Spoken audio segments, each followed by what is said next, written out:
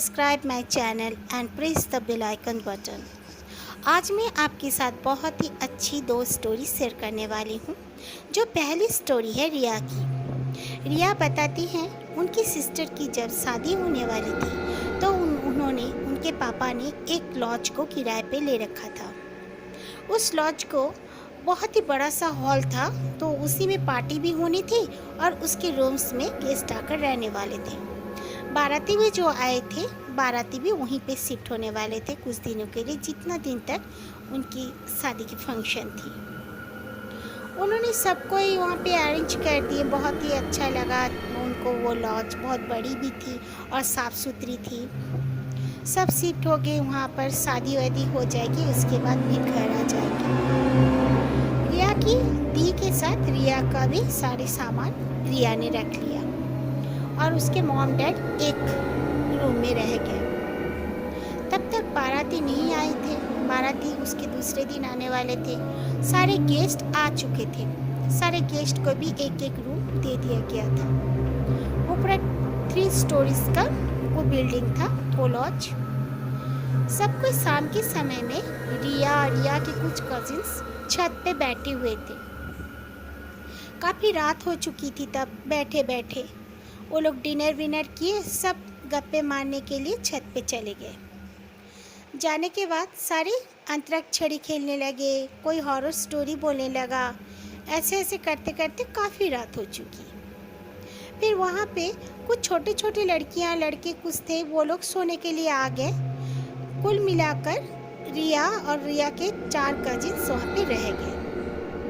वो लोग 5 जन वहाँ पे बैठे बैठे बातें करने लगे। करते करते देखते हैं कि उनके ऊपर कोई जैसे पत्थर फेंक रहा है। वो लोग इधर उधर देखे। देखने के बाद देख रहे हैं कि कोई भी बिल्डिंग, उसके आसपास के कोई भी बिल्डिंग इस लॉज से ऊंची नहीं है। फिर किस तरह उनको कोई पत्थर मार रहा है, ये इम्पॉसिबल मैटर है। उन्होंने इधर उधर देखा, फिर सोचा कि कोई छुपकर पत्थर मार रहा होगा, या कोई पानी की टैंकी में खड़ा तो ना हो गया है कोई लड़का इनको सताने के लिए। उन्होंने बहुत कुछ ढूंढा इधर उधर, लेकिन नहीं मिला कोई भी। तो वो लोग बोले चलो हम लोग घर चले जाते हैं। वो लोग अंदर आ गए। आके सब अपना अपना सो गए। फिर बाराती दूसरे दिन आई। सुबह सुबह आ गई बाराती। रात को मैरिज का फंक्शन था। रात को शादी होने लगा। सब कुछ टाइम ओवर हो जाने के बाद शादी वादी सब शुरू हो गया। गेस्ट और बाहर से आने लगे। सब अरेंज था, डिनर पार्टी का सब होने लगा। तो रिया और रिया की एक कज़िन, वो लोग दोनों छत पे चले गए। जाकर वो लोग दोनों खड़े हो गए और एक दूसरे से बात करने लगे। फिर से उन पे किसी ने पत्थर फेंका। इस बार इतना बड़ा पत्थर था, रिया के कजिन्स के पैर में बहुत ज़ोर से लगा। बहुत ज़ोर से लगने के बाद वो बहुत ज़ोर से चीखी। फिर देखा तो उसके वाकई में उसके पैर में ज़ोर से लगा था, जो कि थोड़ा सा स्किन स्क्रैच हो गया था पत्थर की वजह से और ब्लड निकलने लगा। इसके वजह से वो लोग जल्दी से नीचे आए। रिया अपने मम्मी को ढूंढकर बोली ये बात। उसकी मम्मी उन दोनों को डांटा और कहा कि क्यों गए थे तुम लोग दोनों। फिर वो दोनों नहीं गए दोबारा। इधर उधर देखे लेकिन कोई मिला भी नहीं। उसका एक लड़का था वहाँ पे, वो वहाँ का ही लड़का था, लॉज का ही, मतलब केयर टेकर। उसने भी ऊपर जाके देखा, बोला कोई नहीं। फिर उसने कहा आप लोग टेरेस में क्यों आ रहे हो सिस्टर्स, टेरेस में मत आया करो। तो उन्होंने कहा क्यों, क्या बात है, हम लोग तो यहाँ कल भी आए थे। मुझे मैंने मना किया था पहले ही आपके पेरेंट्स को कि टेरेस में कोई ना है। ये टेरेस में ना कुछ पैरानॉर्मल एक्टिविटी होते रहता है। कई बार कोई छोटा बच्चा गिर गया था। उसके बाद से यहाँ पर एक बच्चा वहाँ पे गिर गया था, मतलब ऊपर से नीचे गिर गया था। और उस बच्चे का 3 साल का बच्चा था, उस बच्चे का डेथ हो गया था। इस वजह से उसके बाद से वहाँ पे कुछ पैरानॉर्मल एक्टिविटी शुरू हो गई थी। ये बात हर किसी को पता नहीं थी, लेकिन उस केयर टेकर ने पूरी तरह उसे बता दी। फिर रात को जब रिया अपने उस कजिन के साथ सोने लगी, वो बहुत थक चुकी थी, वो सो गई। सोने के बाद वो देखती है कि एक छोटा सा बच्चा वो अपने नाइट बल्ब में के ही रोशनी में देख रहे एक छोटा सा बच्चा अपने टांगों के अंदर अपना सर पूरा घुसाकर और रोए जा रहा है।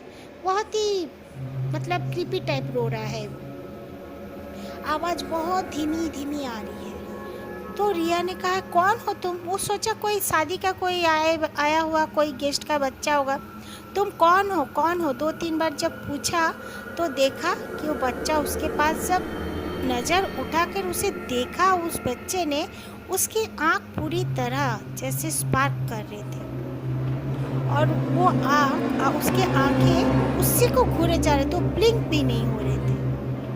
ये देखकर रिया तो बहुत जोर से चीखी और बेहोश हो गई। उसकी जो कजिन उसके साथ सोई हुई थी वो भी उठी, उठ के रिया को बहुत हिलाने लगी। रिया उठ नहीं रही थी। फिर उसके मॉम के रूम में जाकर उसको मॉम को बुलाए तो उसका मॉम आके उसके मुंह में पानी उनी छिड़का तो उसके बाद वो उठ गई। उठने के बाद रिया को पूछा गया तो रिया ने सारी बातें उनको बताया। इसके बाद से रिया कहती है कि रिया के साथ कुछ ना कुछ गड़बड़ होते ही रहता था।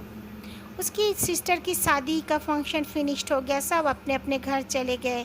उसकी सिस्टर अपने ससुराल चली गई, लेकिन रिया का बहुत बुखार होने लगा। करीब करीब 5 से 7 दिन वो बुखार में तड़पने लगी और रिया को वो लड़का दिखने लगा।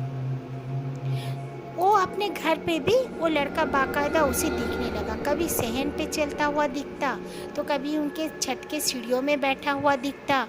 रिया सुबह भी डरने लगी, उसे बहुत डर लगता था। रिया की तबीयत भी बहुत सा खराब रहने लगा। फिर रिया को डॉक्टर तो ठीक कर नहीं पा रहे थे। एक सामने के ही कुछ मंदिर से एक पंडित को बोलने के बाद पंडित ने कहा एक फूल लेकर वो जब सोती है, जिस जगह मतलब सोती है वहाँ पर रख दो, देखो डरना बंद हो जाएगा। लेकिन वो उसका डरना बंद नहीं हुआ, वो डरती रही। फिर उसने एक उनके मॉम और डैड एक ओझा के पास गए, वो कुछ तंत्र मंत्र करने वाले होते हैं, उसके पास गए तो उसने कुछ नींबू से झाड़ फूँक किया, बारी बारी कई नींबुओं से उसे झाड़ फूँक किया। उसके बाद उसे एक तावीज़ वगैरह कुछ दिया, उसको विभूति वगैरह दिया। उसके बाद जाके रिया ठीक हुई। और एक बात रिया बताती है कि वो अभी भी सपना देखती है उस बच्चे का, बट उसके पास जो पहले जैसे वो आके खड़ा हो जाता था, उसको टच करता था, उसको पूरा फील होता था हाँ ये टच कर रहा है, वो सब बंद हो गया है। लेकिन रिया को अभी भी डर लगता है। वो बच्चा उसका जान छोड़ना ही नहीं चाहता था। और उस ओझा ने कहा भी कि इसने वो जो लड़का है एक्चुअली में वो बच्चा का रूप में ज़रूर था, लेकिन वो कोई बच्चा नहीं था, वो कोई बड़ा इंसान का ही एक आत्मा था, वो कोई बच्चा नहीं था। वो लोग जो बोले थे 3 साल का बच्चा का हो सकता है, वो सब फालतू बातें थे। वो कोई बड़ा ही कोई डिमॉन एंटिटी वगैरह होगा, लेकिन उतना तो बताया नहीं रिया ने, बट वो छोटा बच्चा का कोई आत्मा नहीं थी। थैंक यू रिया, आपने हमारे साथ ये स्टोरी शेयर की। ये स्टोरी है बाबू की। बाबू बताते हैं उसके चाचा बहुत ही ब्रेव थे। उसके चाचा कुछ भी नहीं मानते थे, कुछ विश्वास नहीं करते थे। कहते थे मैं इस सबको कभी देखा नहीं हूँ, मैं विश्वास नहीं करता हूँ। वो कहकर अपना हर जगह इधर उधर जाया करते थे। रात को अकेले सिगरेट पीने के लिए रात के 1:30 बजे स्टेशन चले जाया करते थे, बहुत सुनसान रास्तों से भी। वो कभी परवाह नहीं करते थे। एक दिन की बात है, वो आ रहे थे, क्रिश्चियन का कब्र उनके घर के कुछ सामने ही था। उनका गली मुड़ने से पहले क्रिश्चियनों का कब्र हुआ करता था। वो पैदल आ रहे थे और तब गर्मियों का ही मौसम था। तो वो सुन पा रहे हैं कि वो कब्र से कोई मदद के लिए जैसे चिल्ला रहा है, पुकार रहा है किसी को। तो वो अंदर के तरफ चले गए, जाकर इधर उधर देखने लगे। देखने के बाद उन्होंने देखा कि एक औरत एक कब्र पे बैठी हुई है। उसके पास कोई आगे पीछे नहीं है, बस वही बैठी हुई है और वही चीखे जा रही है। तो वो उसके सामने जाकर कहते हैं कि क्या हुआ, तो ऐसे चिल्ला क्यों रही है, चुपचाप यहाँ बैठी हुई है, तो क्या बात है बोलो। तो वो बोली कि मुझे तुम्हारा दिल चाहिए। तो वो घबरा गए, बोले ये क्या नॉनसेंस जैसा बातें कर रही हो, कोई पागल औरत होगी बोल के। वो जब पीछे मुड़ के आने लगे तो वो औरत वो कहते थे, मतलब जब होश में आए तब उन्होंने कहा था, वो हाथ को अपना लंबा करके उसका कॉलर को पकड़ के उसको घसीट ली। इसके बाद उसका जो चाचा, उसका बाबू का चाचा, वो उसका हाथ बहुत जोर से झटक कर वो आगे दौड़ के भाग आए। आने के बाद वो घर पे चले आए। वो बहुत हाफ रहे थे। वो बताते थे उनको, जो ऐसी औरत का चेहरा, ऐसे चेहरा था उसका कि वो चेहरा शायद किसी ने कभी ना देखा हो। अगर इतने कमज़ोर दिल का कोई होता तो उसी वक्त शायद उसकी जान चली जाती। वो घर पर आके बेहोश हो गए तो उनको हॉस्पिटल ले जाया गया। हॉस्पिटल में 3 दिन रहने के बाद भी जब होश नहीं आया, तब उनका एक फ्रेंड, सलीम नाम का एक फ्रेंड, उन्होंने कहा मैं मस्जिद से एक मौलवी साहब को लेके आता हूँ, देखता हूँ वो क्या बोलते हैं। तो वाकई में लेकर आए तो मौलवी जी ने उससे झाड़ फूँक किया, दम किया, कुछ किया, तो वो होश में आ गए। शाम तक आने के बाद उन्होंने सारी बातें बताई। तो मौलवी जी ने कहा इसके पास लेकिन ज़्यादा वक्त नहीं है, वो जो चुड़ैल है उसने जो करना चाहती थी वो काम हो चुका है, आपने बहुत देर कर दी, ये मेरे बस का काम नहीं है, मेरा क्या किसी का भी बस का काम नहीं है, किसी को बुला के भी आप देख सकते हो।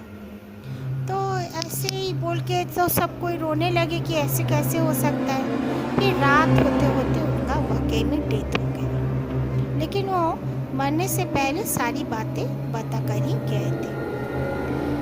अभी भी बाबू कहते हैं कि उनका चाचा बहुत याद आते हैं और वो चाचा के बारे में हमेशा सोचते रहते हैं, और वो बहुत अंधेरे से अकेला जाने से कतराती है, जो उनके इतने ब्रेव चाचा के साथ ऐसे हो गया। इसीलिए लिसनर कहा जाता है कि थोड़ी बहुत माननी तो चाहिए। जैसे हमारे भगवान हैं इस दुनिया में, ऐसा शैतान भी है इस धरती पे। इसीलिए हमें मानकर और अपना रक्षा कर कर ही हमें चलना चाहिए। लिसनर्स, आप अपना स्टोरी मेरे साथ शेयर कर सकते हो। ये स्टोरी अच्छी लगे तो लाइक कर देना, शेयर कर देना। Thank you. जय श्री राम, जय श्री राम।